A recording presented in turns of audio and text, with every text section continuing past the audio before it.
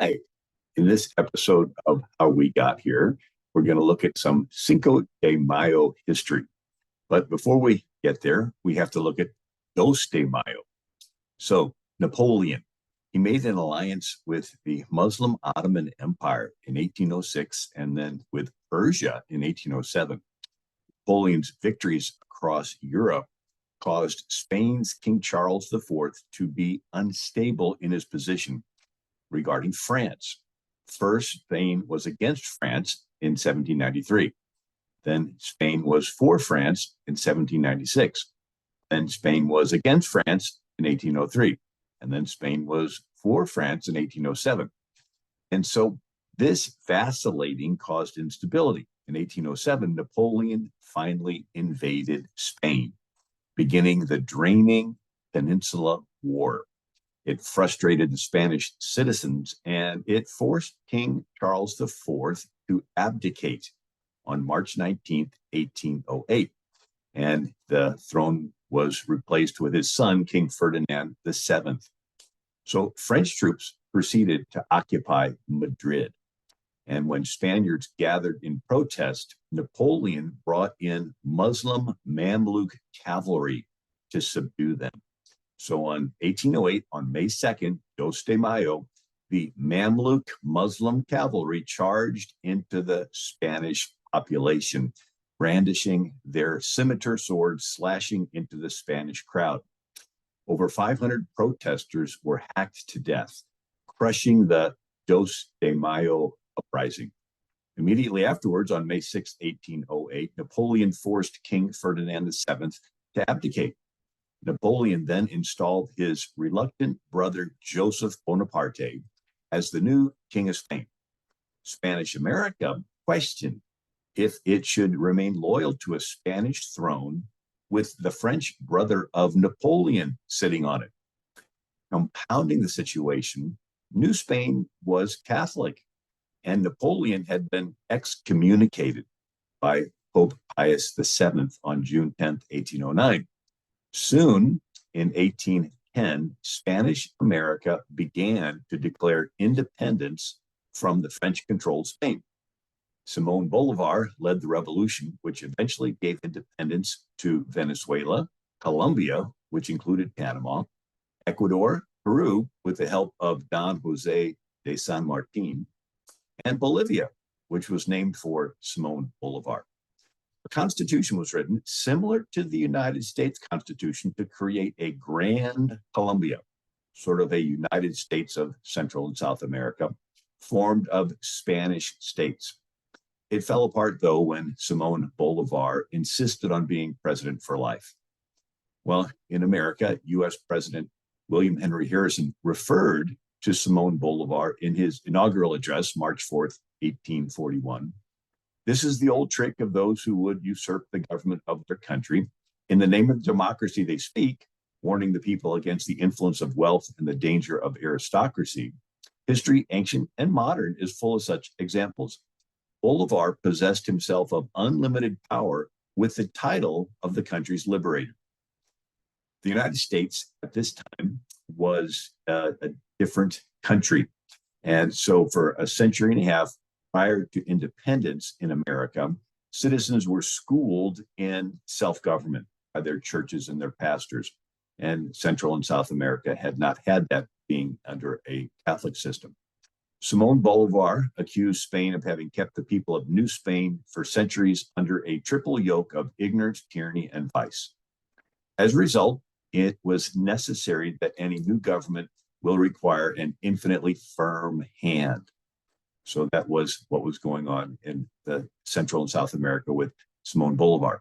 Well, in Mexico, on September 16th of 1810, a priest named Miguel Hidalgo gave the speech, The Cry of Dolores, calling the people to revolt against the Napoleon-controlled Spanish elites.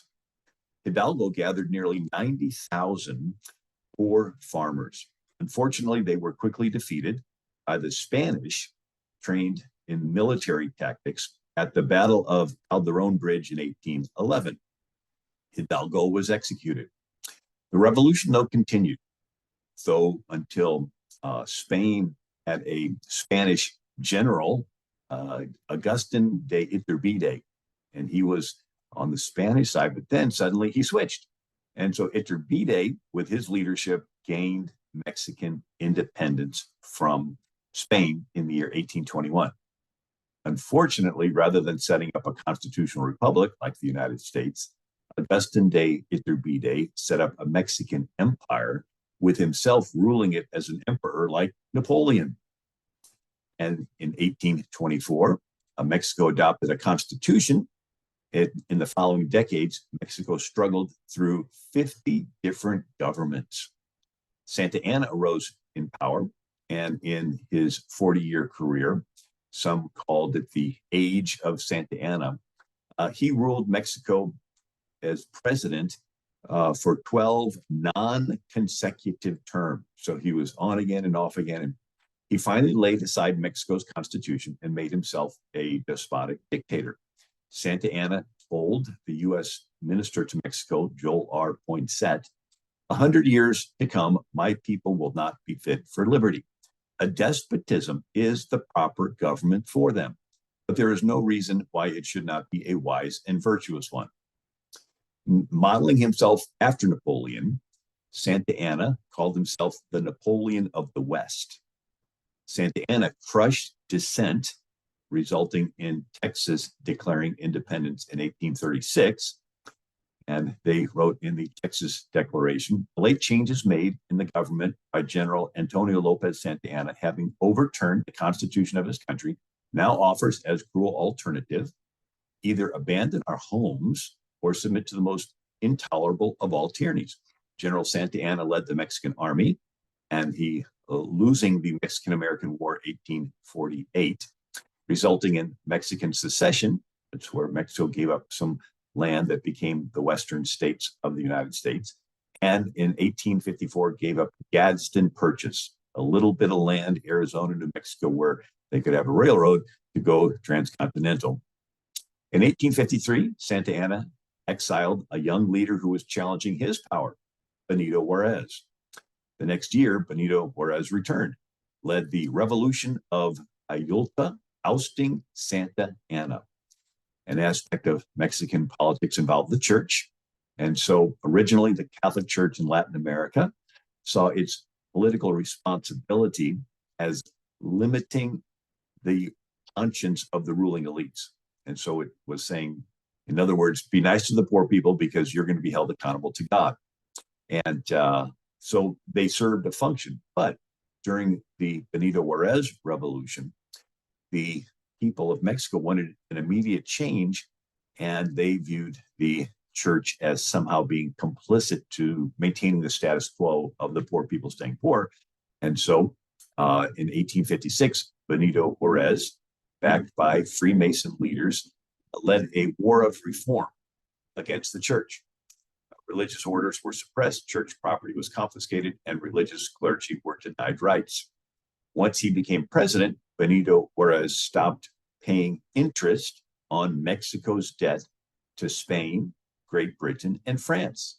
So we had bankers in these countries, in Spain and Britain and France, lending money to Santa Anna and so forth. And now Benito Juarez is having to pay this. And so he stops paying the interest in 1861.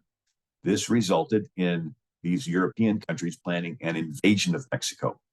With the United States occupied in our Civil War, French troops landed in Mexico in 1862. They were actually supported by various Mexican financial leaders and many church leaders. On May 5th of 1862, Cinco de Mayo, the French army suffered a minor defeat, a setback. It was the Battle of Puebla. The French quickly regained their momentum, and they captured Mexico City, Guadalajara, Zacatecas, Acapulco, Durango, Sonora, and Jalisco. So the Cinco de Mayo Battle of Puebla was a minor thing, but the French continued to conquer. And it was speculated that had the French not experienced this setback at Puebla, they would have taken Mexico sooner, and this would have put them in a position to help the Confederacy. So France actually liked the Confederate States in America, and that could have changed the balance of our Civil War. So the Battle of Puebla was significant, and it slowed down the French taking over Mexico and may have influenced the Civil War in America. Numerous Mexican leaders traveled to Europe to plead that the French leader, Maximilian I, come to Mexico to restore order. And so in 1863, this leader, Maximilian, he was actually the brother of the Emperor Franz Joseph I, one of the most powerful leaders in the world. He was the head of the Austro-Hungarian Empire, which after Russia was the largest empire in Europe. It was a piecing together empire of Austria, Hungary, Bohemia or the Czech Republic, Croatia, Poland, Slovenia, Slovakia, Bosnia, Herzegovina, and parts of Serbia, Romania, Italy, Montenegro, and Ukraine. So this large Austro-Hungarian empire, Franz Joseph II, his brother Maximilian goes to Mexico, 1863, and he's greeted by a large crowd that loves him, and he has liberal ideas as Maximilian did reforms. He spoke 6 languages. He was a commander of the Austrian Navy, and he had his wife with him. The Pope backed Maximilian, and many of the leaders led by Jose Pablo Martinez del Rio. So Maximilian arrives in Veracruz actually on May 21st, 1864, to enthusiastic crowds. It creates an avenue through Mexico City, and it's still there. It's called the Paseo de la Reforma. And Maximilian's wife, Carlotta, was shocked by the living conditions of the lower class, so she raised money from wealthy Mexicans to help the poor. Maximilian immediately abolished child labor, reduced working hours for those laborers, canceled all debts for the peasants over 10 pesos, restored communal property, broke the monopoly of the hacienda stores. He forbade all forms of corporal punishment and decreed that the poor could no longer be bought and sold for the price of their debt. To the dismay of the wealthy, Maximilian held up the land reforms, the religious reforms, extended the right to vote beyond the landholding class. In America, the Civil War ends, and the Americans don't want France or these Europeans having any interest in our hemisphere. It's called the Monroe Doctrine from President James Monroe.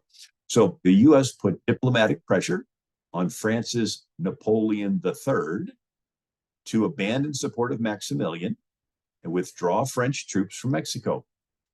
And they did. And then the U.S. began to secretly supply Mexican gangs with guns, losing them, quote unquote, along the border in the area of El Paso del Norte. And then with the threat of a possible U.S. invasion, support for Benito Juarez grew, and support for Maximilian fell. And his wife went to Europe, Carlotta, to try to get help. Nobody wants to help. And she has an emotional collapse. And then you have everyone in Europe urging Maximilian to leave. And he gathers his Mexican supporters and asks them what he should do. And they tell him to stay. And so you have faithful Mexican generals, Miguel Miraman, Leonardo Marquez, and Tomas Mejia, fought with an estimated 8,000 Mexican loyalists loyal to Maximilian. In 1867, they withdrew to Santiago del Querétaro. I apologize for the pronunciation. But the Colonel Miguel Lopez was bribed to open the gate. And a raiding party came in and captured Maximilian. Leaders around the world begged Benito Juarez to spare Maximilian's life. And even the Italian reformer Garibaldi sent telegrams to him. The French author Victor Hugo, who wrote Hunchback of Notre Dame and Les Miserables, he's writing letters pleading for Maximilian. Benito Juarez Besides that, he wants to end any possible resurgence of Maximilian support. So he has Maximilian shot on June 19th, 1867. He even photographed him in his coffin so that people didn't think that he was hiding somewhere. And Maximilian's last words were, "I forgive everyone, and I ask everyone to forgive me. May my blood, which is about to be shed, be for the good of the country. Viva Mexico, viva la independencia, and viva la independencia." So Benito Juarez died of a heart attack 5 years later after putting down the revolt.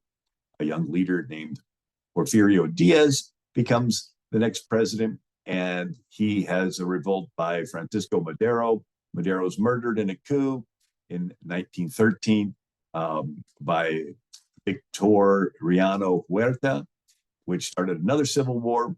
And the United States had a president, Millard Fillmore, and he gave an interesting quote in 1852. Again, contrasting the situation that was unstable in Mexico versus what was going on in America. And Millard Fillmore said, "Our grateful thanks are due to an all-merciful providence. Our own free institutions were not the offspring of our revolution. They existed before. They were planted in the free charters of self-government, which under the English colonies grew up. Other nations have not had no such training. Other nations have had no such training for self-government, and every effort to establish it by bloody revolutions has been and must, without that preparation, continue to be a failure. Liberty, unregulated by law, degenerates into anarchy, which soon becomes the most horrid of all despotisms." And Millard Fillmore goes on, "We owe these blessings under heaven to the happy constitution and government which were bequeathed to our fathers and which is our sacred duty to transmit in all their integrity to our children." So we talked about Dos de Mayo, Cinco de Mayo, the French being stopped, and then we had Santa Anna and Benito Juarez, a confusing situation. But Mexico did gain its independence from Spain. America could have had the Civil War turn out a different way had France taken control of Mexico. They could have helped the Confederacy, but they didn't. And so these Cinco de Mayo had an impact even in the United States. Thank you for watching, and hope this gained a little bit of more insight into the holiday of Cinco de Mayo. God bless.